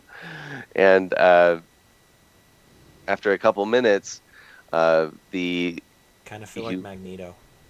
you begin to feel kind of the presence of like what these items do and how they function together. And you realize that after several minutes more of kind of investigating this emotion and this connectivity that you have, that if you are to wear all three of these as a bonus action, you can activate the Masked Lord trait. And this will actually give you added benefits on top of what these items do solely by themselves. And it actually changes you into this genderless, androgynous looking creature at your choosing, at your will, with a genderless voice to be able to act in secret council as a masked lord. Oh, okay. So, and it kind of scares you at first, and it kind of reverts back to its natural form. The mask or the helm kind of changes itself back to the way it was before, and your form kind of returns to your normal form that you recognize as you. Yeah. Okay, still got the boys. I mean the girls. I mean, My long and luscious hair is all back. Oh, good. yeah, and you kind of burst out of these quarters and come up to see um, Obrinter, and he says, "Shh, let's go celebrate. We'll go eat on us at the Obrinter estate. My wife's probably gonna have a whole bunch to talk about, and just remember, though, we can't really talk about these things. Where do we talk about these things? I mean, Can we speak about them here? Is here safe? yes. I mean, what kind of questions do you have? How is my father a part of a masked organization? He hated deception and lying. Hold on. There's, we're not deceiving. We're not lying. We're just keeping ourselves away from the prying eyes. We keep our counsel secret for the dealings that go on here at Waterdeep. We are the true rulers of this city. I mean, I think that you will come to know that yes, my ways of ruling or my counsel might be different than yours or anyone else's at the masked table, but that doesn't make you any less valuable of a contributor. I do want to make sure that I contribute as much as anyone else.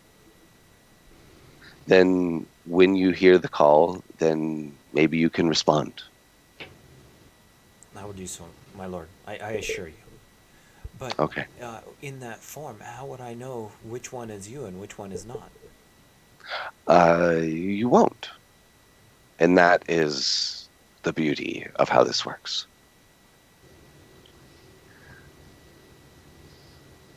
I was given a mentor, um, and you were assigned to me as a mentor. Well, I should say your mother was, but none will be the wiser if it is you or her at the table. That's true. I hadn't thought about that. All right, well, I'm eager for that dinner and polite conversation with your wife. I'll make sure to not bring this up. I assure you that these secrets can be trusted with me. Yes. And so, Adric, you make your way to the Arcane Brotherhood. This is a large tower centered just east of the castle ward. And you see several broomsticks with riders on them, kind of leaving from some of the higher uh, aviaries at the top, and from the street side, as you approach, there is not too many patrons at this time. It's the afternoon; things are kind of winding down, and the door is open for all to enter. Okay, I enter. Inside, you see several people uh, attending to kind of this open library of common knowledge and things that are being shared um, amidst these patrons here in the realm. You have several people that have the black staff kind of insignia on their shoulder, wearing black robes. Obviously, not the black staffs because they do not have the black staff, but they are attending to some of the goings on, sending messages, and you can see as soon as they kind of write off with their quill a message, and it kind of twirls up and evaporates, whoosh, and gets sent off. And there is someone there who promptly greets you and says, "What can we do for you, sir?"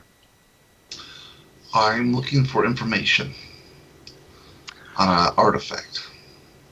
That is what we do. What can we do? What's artifact? What is it? It is called Atalantia. Atalantia. I've never heard of it. What is it? It's a scepter, and It begins to take some notes, looking at some things. A scepter. Okay. yep, and it contains holy magic, as far as I know, divine magic. Divine magic. Okay. Mm-hmm, correct. And I would like to know all instances where it's mentioned in the histories and the annals and the legends.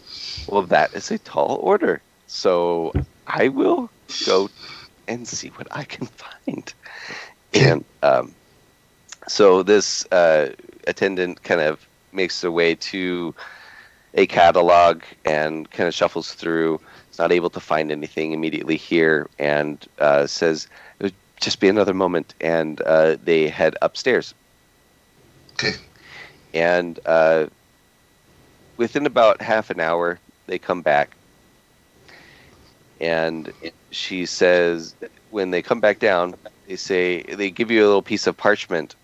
And on the parchment, they have written the word Atalantia. And below it is a translation. She says, "This is Atalantia. It is celestial for fallen tears." Okay.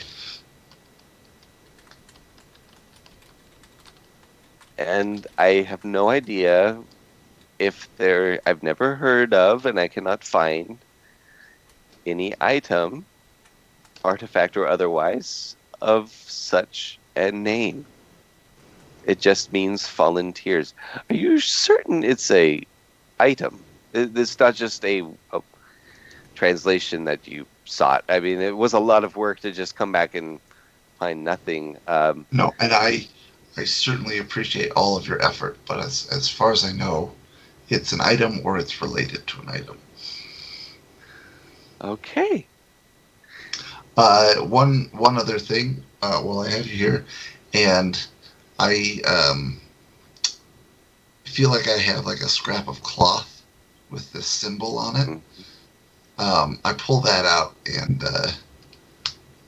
say, is this something we can also research?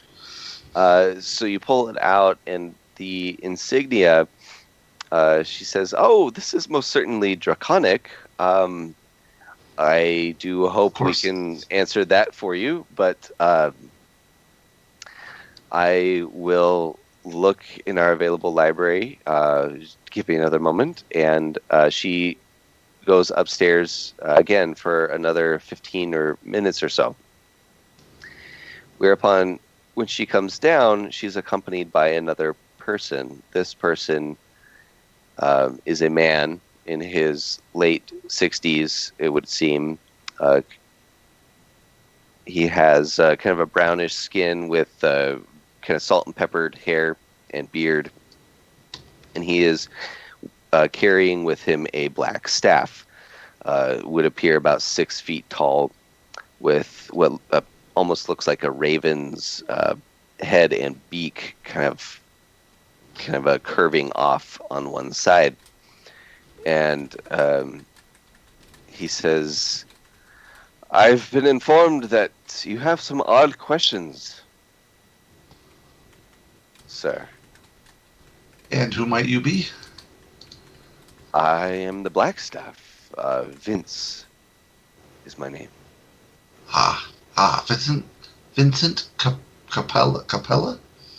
Yeah, Vince to my friends, Blackstaff to those that are not my friends. Might I ask, have you been here before? To the Blackstaff? To this establishment? To the Arcane Mm-hmm. I have not.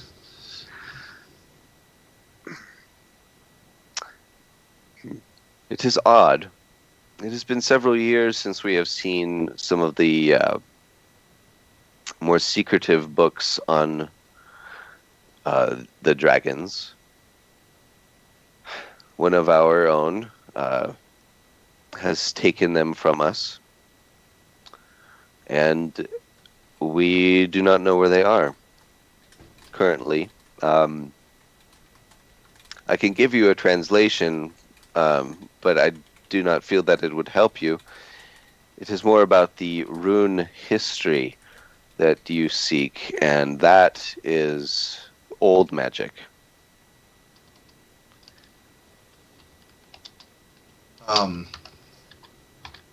I appreciate you coming down to tell me this.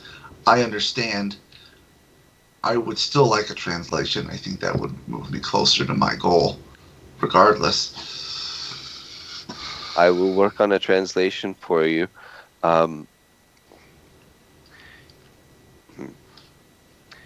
You seem able-bodied. Have you not gone out into the world to seek these answers for yourself? You come to us? I have only just started my journey here. Well, if I might call you friend, then might I give you some encouraging. There is one of ours who has disappeared. We are seeking her out at this time. Her name is Makath. Makath the Crimson. She is one of ours, very gifted in dragons. She has taken some of this knowledge in the tomes that she absconded with. If you happen to find her on your journeys, send her home, please. So she stole these tomes, or she has just disappeared? She has borrowed them, but the length of time with which she has been gone, it would seem that she has under-delivered on her promise, and we would like those tomes back in a safe place. If one was to search for her, where would one start? She went north. I know that much. She sought a dragon by the name of Orather. He's a white dragon, very ruthless.